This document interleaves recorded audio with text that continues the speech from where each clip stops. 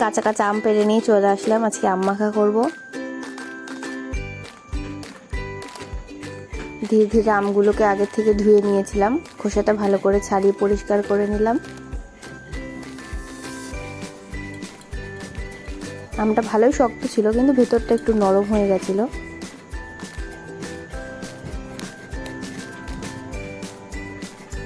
এখন গরম যেহেতু অনেকদিন চলে গেছে, আমটা পাকার টাইম হয়ে গেছে, এর জন্য ভেতরের দিকটা ধীরে ধীরে নরম হয়ে যাচ্ছে।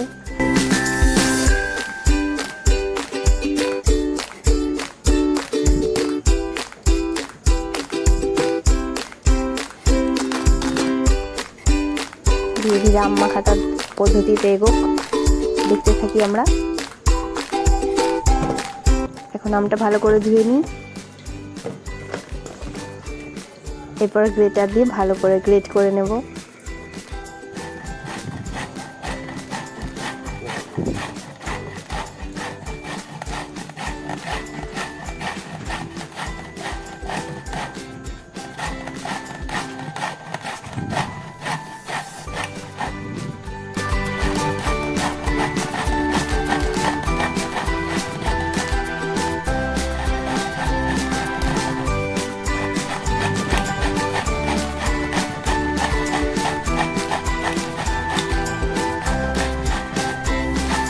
এরকম ভাবে গ্রেট করার সময় অনেকেরই আঙুল কেটে যায়।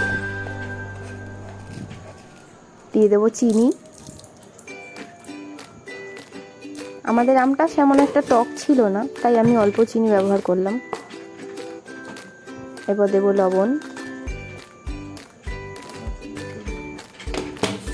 সবাই সবার স্বাদ অনুযায়ী ব্যবহার করবে। লেবু পাতা তুলে এনেছিলাম, সেটা আগের থেকে ধোয়া ছিল, তাই এখন আর ধুলাম না। ভালোভাবে ছিঁড়ে দিয়ে দিলাম। ঝালটা আমরা একটু বেশি প্রেফার করি, তাই আমরা একটু ঝালটা বেশিই দিলাম। সবাই মোটামুটি ঝাল খেতে ভালোবাসে।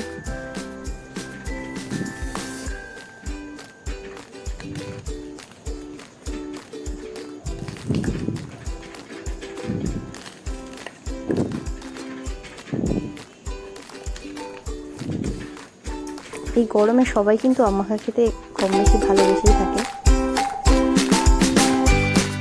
দুপুরবেলা এরকম আম মাখা করে খেলে খুবই ভালো লাগবে। যেহেতু আমি কাসুন্দিটা অ্যাড করিনি, তাই অম্বল টম্বলে সেরকম কোনো অসুবিধা হবে না। খেলে মোটামুটি ভালোই লাগবে, আর শরীরটাও ভালোই থাকবে। গরমকালে খেতে খুবই ভালো লাগে।